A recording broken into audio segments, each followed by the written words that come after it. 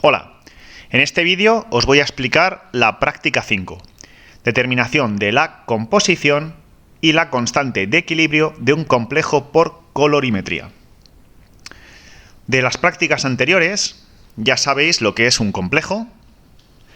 Esto es un ion metálico unido a una molécula, y también hemos visto en qué consisten los equilibrios químicos y cómo están implicados en los mismos las constantes. En esta práctica, una cosa nueva de laboratorio que vais a utilizar es un colorímetro o hacer una colorimetría. Más adelante os voy a explicar lo que es.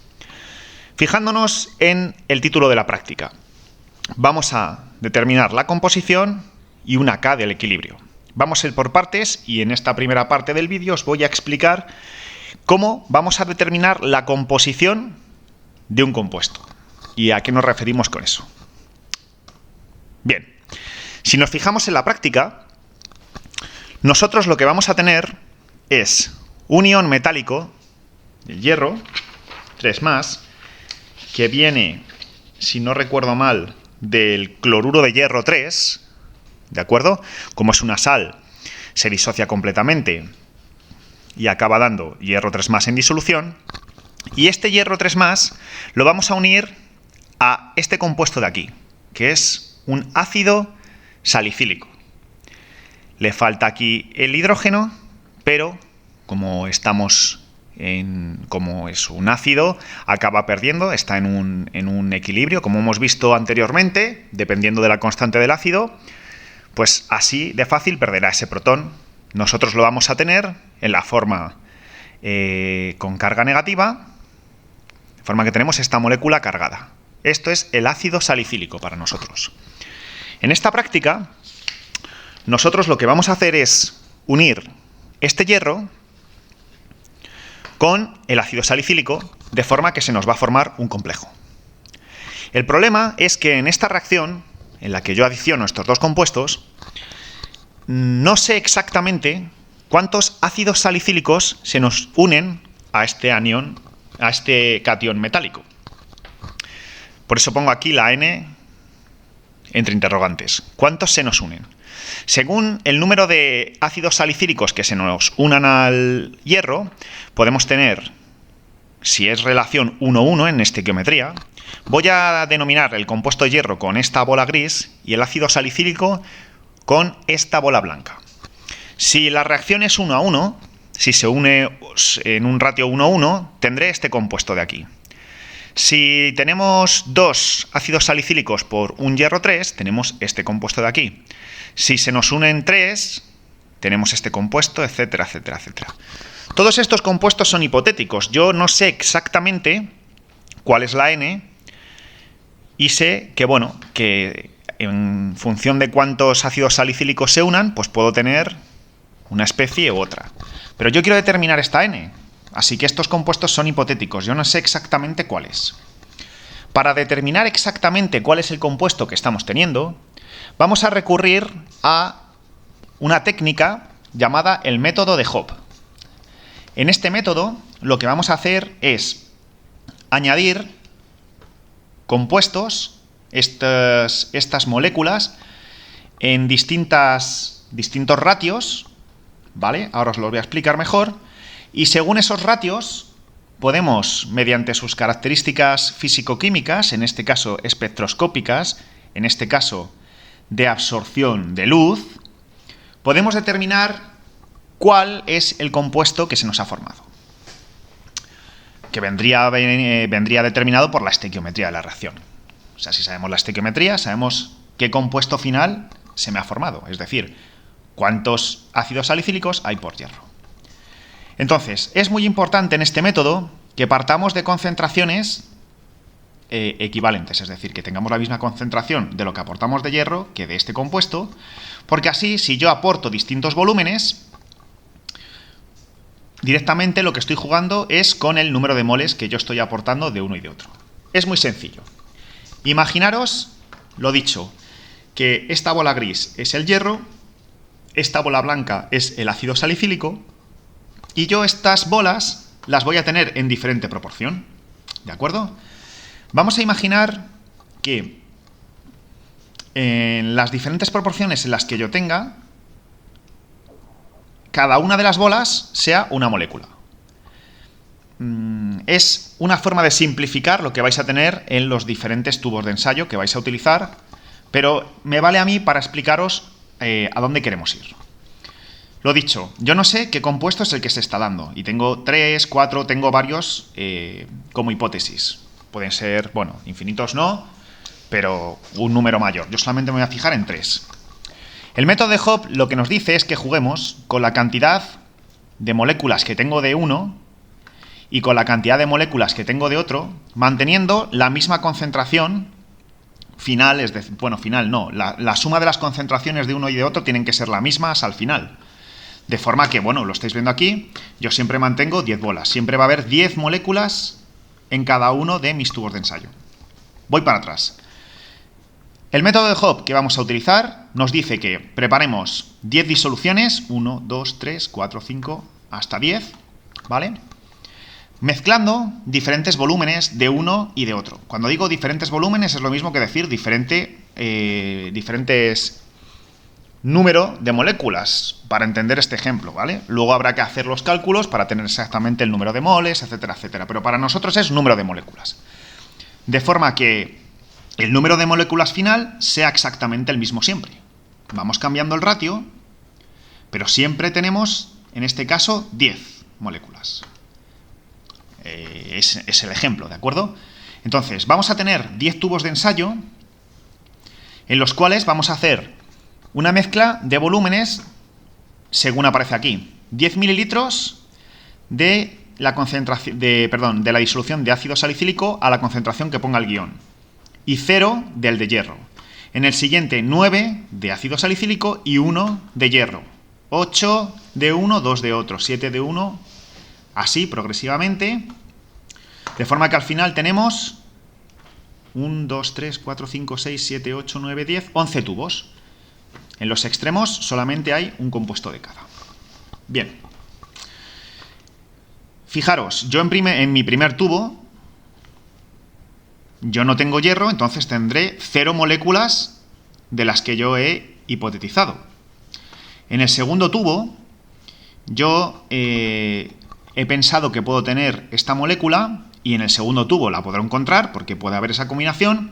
He pensado que puedo tener esta otra molécula, y la puedo encontrar. He pensado que puedo tener esta otra molécula, y la podría encontrar en este tubo. Pero vámonos a un ejemplo extremo. Me voy, por ejemplo, al tubo 2,8. Con esta combinación de bolas que tengo, ¿podría obtener estas moléculas hipotetizadas? Pues la primera sí. ¿Cuántas podría tener? 2, porque estoy limitado por el número de bolas blancas de ácido salicílico. La segunda, ¿cuántas podría tener? ¿Podría tener alguna? Sí, pero solamente podría tener una, porque solamente tengo disponibles 2 ácidos salicílicos. Y de la tercera, pues tendría 0, porque no tengo 3 bolas de ácido salicílico. Es decir, en este tubo, en el 2,8, no debería encontrar esta especie tercera que he hipotetizado, porque por relaciones estequiométricas no debería existir ahí. Esta es la lógica que tenemos que seguir en el método de Hopf. Si yo hago lo mismo para cada uno de mis tubos y analizo cuántas moléculas de cada habrá en cada tubo, puedo llegar a esto que tenemos aquí. Os invito a que intentéis hacerlo vosotros por vuestra cuenta. Puede que yo me haya equivocado en algún número, pero quiero que tengáis esta idea clara. En mi primer tubo, que no he marcado, tengo 0, y en mi último tendré 0. Porque me falta el otro componente. Pero, por ejemplo, en el tubo 9,1 tendré uno de cada. En el 8,2, pues tendré 2 de mi primera hipótesis, 2, 2, 3, 3, 3, y va avanzando. Si os fijáis, para mi primer compuesto hipotético, va subiendo hasta 5 y luego baja. ¿Por qué? Porque ya me faltan ácidos salicílicos para hacer esta mezcla, este dímero, digamos. Entonces veis que sube a 5 y luego baja. En el segundo caso, en el de esta molécula hipotetizada, veis que sube hasta 3 y luego baja, incluso llegándose a dar 0. Porque hay algún tubo en el que no se puede dar esta composición. Y en el caso de mi tercera molécula hipotetizada, yo subo de 1 paso a 2, luego a 1 y luego tengo varios ceros. Esto es combinatoria. ¿De acuerdo? Yo en mi tubo 1,9 encontraré la molécula esta. Pues no. Y en ese tubo esta tampoco, porque no tengo posibilidad de encontrarla, ¿vale? Según la combinación que tengo de ácido salicílico hierro. Bien. Esto creo que si lo entendéis, tenéis mucho ganado. ¿Para qué quiero saber yo el número o las proporciones que habría en cada tubo de cada una de estas especies hipotéticas? Bueno, pues para lo siguiente. Cada una de estas especies hipotéticas, que yo os he puesto antes, por sus características químicas, tiene unas propiedades espectroscópicas determinadas. ¿Qué es eso? Bueno, pues en nuestro caso quiere decir que cada uno de estos compuestos, nosotros sabemos que son capaces de absorber luz en una determinada longitud de onda. Tienen la capacidad, por su estructura, por los átomos que contiene y por sus nubes electrónicas, de poder captar luz. Si nosotros analizamos el ácido salicílico solo y hago un espectro con un colorímetro o con un espectrofotómetro, esto es tan sencillo como coger mi compuesto, meterlo en una cubeta que se llama a este recipiente de aquí, esto meterlo en la máquina y que me evalúe cuánto absorbe de luz en cada una de estas longitudes de onda, yo voy a tener lo que se denomina un espectro. Si yo meto en esta cubeta ácido salicílico, es decir, solo la bola blanca, y hago el espectro, me sale, pues lo leo aquí, me sale que tiene esta pinta. Plano en esta zona de aquí. Si evalúo el hierro solo, meto la bola gris aquí y miro en el espectrofotómetro y que me haga el espectro, me sale lo mismo, me sale plano en esta zona de aquí. En cambio, si yo, después de mezclar el hierro con el ácido salicílico, lo mido, yo no sé qué compuesto tengo, no sé cuál es, pero me sale un espectro que tiene un máximo de absorción a 530. ¿De acuerdo? Es decir, si yo me fijo solamente en esta zona de aquí, puedo ver su absorbancia. Eso es lo que nos hace el colorímetro. Yo meto aquí mi mezcla, mido a 530 y me dice cuánto de absorbancia hay. Y según la ley de Lambert-Beer, puedo relacionar la absorbancia con la concentración de ese compuesto. ¿De acuerdo? Coeficiente de extinción molar y paso óptico. Esto os lo pone en el guión. Pero lo que quiero que veáis es que hay una relación directa entre absorbancia y concentración. Es decir, cuanto mayor sea el pico, cuanto mayor sea el valor que os da el colorímetro, más concentración hay de ese compuesto que no sé cuál es. Bueno, pues entonces es muy sencillo. Si yo cojo mi primer tubo, el 9,1, bueno, el tubo 10,0, si lo medís, como veis aquí, pues debería salir plano o un valor casi cero en 530. Me cojo el tubo 9,1 en el que yo he hecho la mezcla de 9 mililitros de uno y 1 de otro y mido. Me saldrá una curva o me saldrá un valor de absorbancia. Lo mismo para 8,2, lo mismo para 7,3, etcétera, etcétera, etcétera. Si esos valores de absorbancia los representáis frente, pues por ejemplo, llamáis esto tubo 1, tubo 2, tubo 3, tubo 4, y lo representáis en línea, según la especie que tengáis, tendréis una curva centrada o una curva descentrada, o una curva más desplazada hacia la izquierda. Gracias a eso, y siguiendo la lógica que os he puesto aquí de las posibles combinaciones que tenéis, podéis determinar qué compuesto es el que tenéis. Pasamos de tener lo hipotético, que podía ser cualquiera de estos, a decir, me ha salido una curva de tal tipo, por lo tanto, yo determino que esos están reaccionando en un ratio 1,1, o 1,2, o 1,3, y la estequiometría final es la que sea. Todo se basa en ver en qué tubo tenemos una proporción relativa, una absorbancia relativa mayor.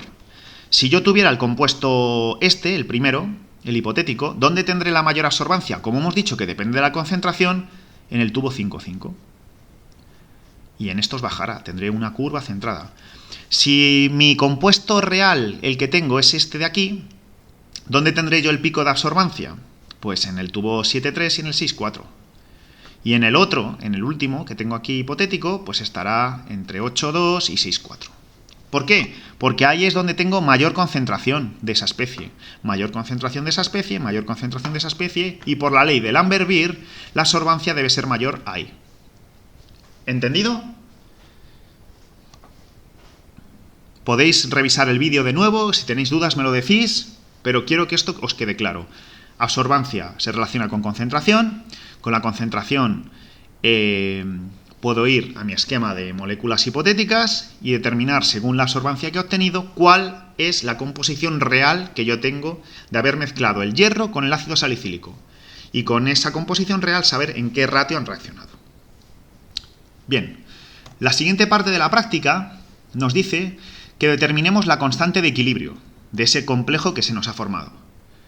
Bueno, muy sencillo. Si yo me leo el guión de prácticas, podemos ver que las reacciones que se están dando entre el hierro y el ácido salicílico pues son de este estilo.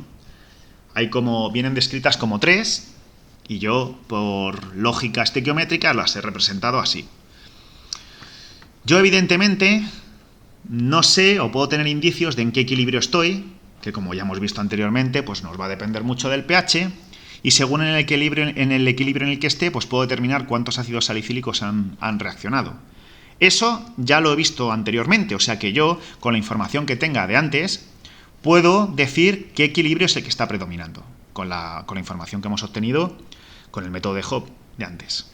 Bien, en el método de Hooke, que es lo que hemos hecho antes, si nosotros apuntamos, además de los volúmenes, las concentraciones que tenemos y el valor de absorbancia que sale, por unas relaciones matemáticas en las ecuaciones, bien en el guión, podemos llegar a la conclusión de que podemos relacionar diferentes magnitudes, concentraciones, absorbancias, utilizando la ley de Lambert-Beer, para tener una expresión final de este estilo. ¿De acuerdo? En el que X es una concentración, Y es la concentración del otro compuesto, C es la constante X más Y, A es la absorbancia, y el resto de términos no los conozco. Esto, el coeficiente de extinción molar y el paso óptico no los conozco, la constante de equilibrio no la conozco y la quiero hallar, y ya está, porque el resto de cosas sí las conozco. ¿Cómo puedo yo hallar esos valores de ahí? Muy sencillo. Con los valores que yo he anotado, de absorbancia, de concentraciones, y etcétera, etcétera, me puedo hacer una tabla Excel de forma que reorganice los términos para que yo pueda representar esto de aquí, esto vendría a ser mi Y, ¿de acuerdo?, frente a absorbancia, que vendría a ser mi X. Si yo digo que esto es Y y digo que la absorbancia es X, yo puedo decir que esto lo puedo asemejar a una recta en la cual la ordenada en el origen, es decir, Y es igual a AX más B, pues la B, la ordenada en el origen, es todo este término que hay aquí, y la pendiente es menos, o sea, todo lo que está multiplicando a la absorbancia de aquí, lo que tenéis aquí, esto y esto. Es decir, si yo digo que esto es Y y que la absorbancia es X, y yo hago un ajuste, de la ecuación de ajuste me sale el valor de la pendiente y la ordenada en el origen. Pues la pendiente que me salga va a ser igual a esto, y puedo despejar. Y la ordenada en el origen será igual a lo que sea, y yo podré despejar. ¿De acuerdo? Si despejo de la pendiente, puedo obtener el valor de la extinción molar de esto de aquí. O sea, esto podéis considerarlo como una variable solo. Y una vez lo sepa, la puedo introducir aquí, y ya sería despejarla acá. Mucho ojo cuando hagáis esto, porque es importante que tengáis en cuenta las unidades. ¿De acuerdo? El análisis dimensional va a ser muy importante. Así que si hablamos de concentraciones, usad concentraciones, mol litro, etcétera, etcétera. ¿Vale? Porque gracias a las dimensiones de lo que salga, podemos determinar si esa constante ha sido correctamente hallada o no. Para esto seguramente necesitaremos un seminario o una clase de tratamiento de datos. porque no sé hasta qué punto podríais manejar vosotros el Excel para hacer esto, pero no os preocupéis, yo os animo a que lo intentéis hacer por vuestra cuenta, y si hay dudas, pues me preguntáis o lo vemos cuando queráis, ¿de acuerdo? Y la práctica no tiene más. El procedimiento experimental es el siguiente.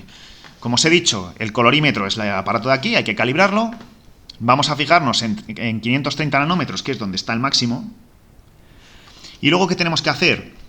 Bueno, como queremos ver el hierro y el ácido salicílico y tienen que estar cómo reaccionan para ver la estequiometría, y tenemos que partir de disoluciones de igual concentración, pues igual concentración, igual concentración. Hacemos lo que pone aquí, llegamos a dos disoluciones de la misma concentración, y luego lo que tenemos que hacer es aplicar el método de Hooke. Es decir, lo que os he dicho antes, tenemos por un lado ácido salicílico, bolas blancas, hierro, 3 más, bolas grises. Mezclamos en las proporciones con volúmenes que hemos visto anteriormente. Nos dice aquí que utilicemos, como son 10 mililitros, dice, hacéis la mezcla en volúmenes en un vaso de precipitados. Bueno, esto yo os diría que lo hagáis en tubo de ensayo, si podéis, y luego agitáis. Y bueno, este volumen, por favor rotular todo bien, porque puede haber aquí mucho lío. Luego ese volumen vais a trasladar, no sé qué cubetas tendremos, pero lo trasladaremos a cubeta y mediremos su absorbancia, que es la siguiente parte que hay aquí, medir la absorbancia a 530. Se mide tanto de las disoluciones extremo como las intermedias, que son las que nos interesa. Por favor, medid varios valores para tener un error también, con 3 valores vale. Y según las absorbancias, podremos ver todo lo que os he explicado en este vídeo para ver cuál es el ratio hierro-ácido salicílico y, por tanto, la estequiometría de la reacción.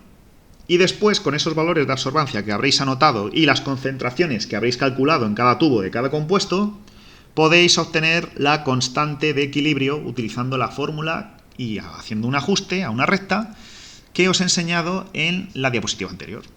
No tiene más. Es una práctica sencilla, pero la teoría que tiene detrás puede ser un poco compleja, pero yo creo que os va a quedar bastante claro con este vídeo. Nos vemos en el laboratorio.